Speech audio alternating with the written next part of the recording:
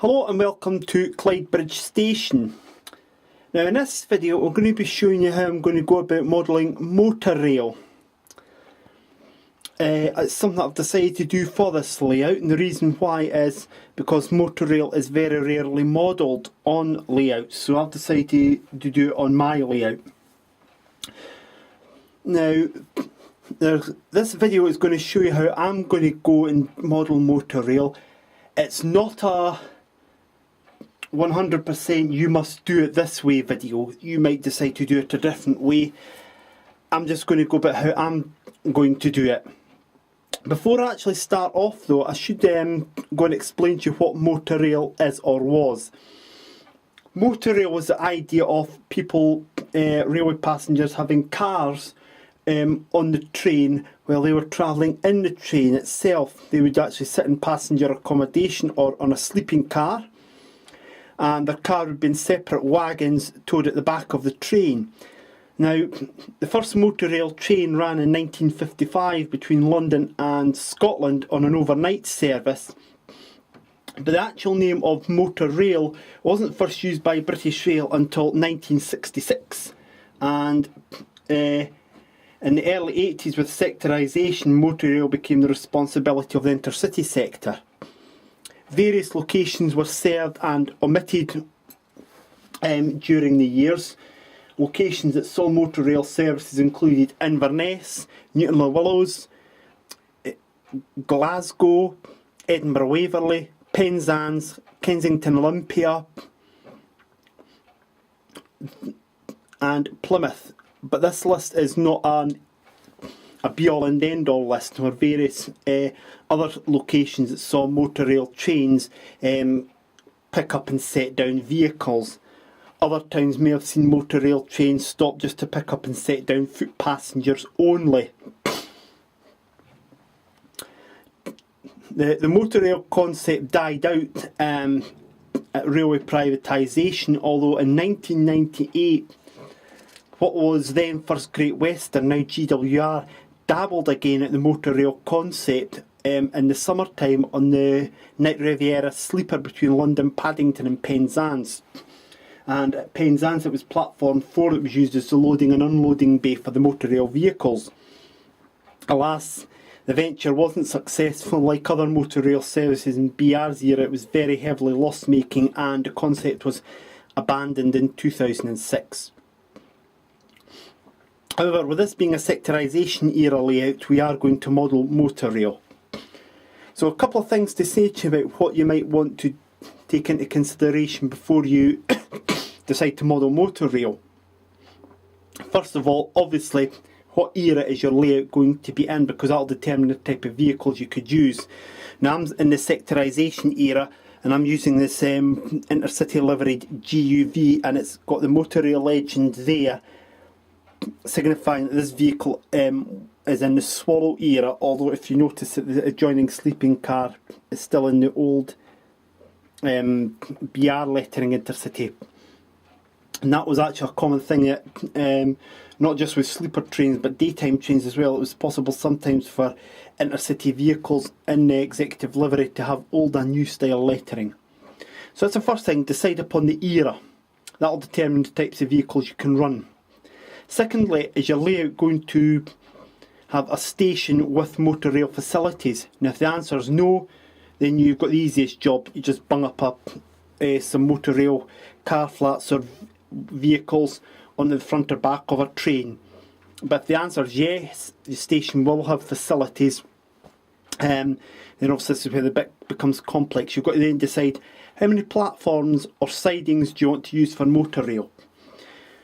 I'm going to be using this platform here, platform number 6. Some stations in the Motorail era had more than one platform that could take Motorail wagons. Inverness, for instance, platforms 1 and platform 2 were actually equipped for Motorail, and the ramps are still there. But sometimes where the facilities couldn't be provided within the station confines, a siding was used instead. A good example to see of that is actually at Fort William. The station building, to give you an example here, Fort William has 2 platforms, and the station building would sit there. That meant, of course, you couldn't get cars up to it. So a siding just next to the station was used for the loading and unloading of cars on Motorail. Now, having decided the era and decide how many platforms you want, then you've got to go and make your Motorail platform up. Bachmann do have a Motorail loading facility, car loading facility, if you so wish to use one of them. I'm actually going to be doing it a different way, and I'm going to be using balsa wood to make the little Motorail ramp onto here. And if I just move the camera to there, this is the platform it's going to be, so it'll probably be about there. That's where the hook touches the wood there. So, and we'd be wanting it a little bit back there. So that's where I'm going to be having my Motorail ramp. How I'm going to go about this is going to involve me cutting away part of this here, and I'll then have to paint this black, and then I'm going to put the balsa wood on, nail it on here, pin it down, and I'll probably make part of it a little bit narrower so I can actually keep the sort of pavement facility here. Obviously at a later date I'm going to have to build up gates and fencing as well, but we'll come to that just shortly. Other equipment you're going to need for Motorail is actually going to be a shunter. Now I actually have a shunter, and I bought one last week, and it's actually sitting just there. That's on a test track at the moment because it's not DCC fitted yet. It will be by the time of the September 2018 update. The shunter is useful not just in the depot, but it'll be useful here as a station pilot to release and shunt the Motorail wagons into the Motorail bay when they've arrived in from their destination, or when they're getting ready to depart for their destination. So you might think there's a lot more facilities you'll need. Having spoken to quite a few people on the various forums and on Facebook, Motorail facilities weren't really that big. There was no special facilities like lounges or that for passengers to sit in. The Motorail terminal at Kensington Olympia was quite large, but I don't think there was actually much in the way of specialist facilities. It was specifically for Motorail passengers. Same's true of Penzance in Edinburgh. There was no real specific waiting facilities for Motorail passengers. So you're not going to need a lot in terms of that. What you say you will need to do is obviously consider where you're going to have your siding or platform for Motorail, and then there's various ways you can go and build up your Motorail ramp.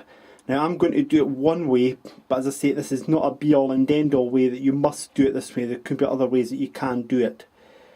Now what I'm going to now do, and I'll have the camera turned off, is I'm going to go ahead and start cutting out the piece of balsa wood I need to remove, and I may then need to glue down part of the paving here for the station area. And then what I'm going to do is paint this whole area black. And then what we'll do once I've got that done, if you rejoin me in part 2, what I'll be able to do is show you where we're up to, and then we can take it from there how we're going to do it. So do not go away.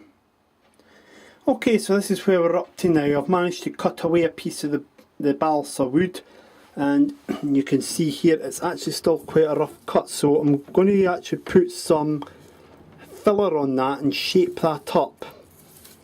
And I'll do for along here as well where the Motorail ramp will be. It'll get shaped up too. And I'll then go and paint this area here black. So I'll just move the truck in there. Normally there would actually be a piece, I think there's a bit on the train itself that moves out. They fold it out so the cars can get on there. It is a rather crude attempt, I accept that, but this isn't a big huge terminal station like Glasgow Central. So that's where I'm up to now. The next task, as I say, is I'm going to get some household filler, put it along there and along here, and paint this area black. This will get a coat of grey, and then and then the plan is to see where we're up to. There'll be other things that I'll need to put in there, like gates and walling I'll have to make up. I can't do that till the paint's dry, obviously, but I'll talk you through what I'm going to do. So if you bear with me, I'll go and start doing some more handiwork. Right, so that's the paint being applied. It is still wet. If I zoom in, you can just see there, I know it's going to be rough around the edges, and I do apologise for that. You can see where I've smoothed it off as best I can with some household fill, and that's painted grey, as is the Motorail ramp. And I'll just move that away there. What I've done here for this part here is, zoom it in, I've just actually mixed grey and black together for that part to simulate like some grease and muck on there. Now I'm not going to be in a position to do a running session video off the sleeper train yet. That'll actually wait until I've got the diesel shunter going. The next plan in regards to this area here is there'll be a wall just about here, and indeed there'll be walls around all the platform, but for the Motorail area, a small bit of walling there, and a gate which could be opened out that way, thus to sort of block off that access from here when there's a vehicle getting loaded, and then obviously the standard BR fencing around here. So that's what will actually happen. Incidentally, platform 6, which is the Motorail ramp in Motorail loading area, will also be the area that the mail train will leave from the parcels train as well. So it'll have that dual function, and that's why these brute trolleys, and I will get more of them, they'll come in useful for that, and they'll sit around where the parcels point in WH Smith is. So obviously there'll probably be some other markings I'll have to put on there in the future, but that can't be done until the paint's dry. But that's certainly how I'm going to model Motorail on this layout. Let's say you might find another way in which to deal with it.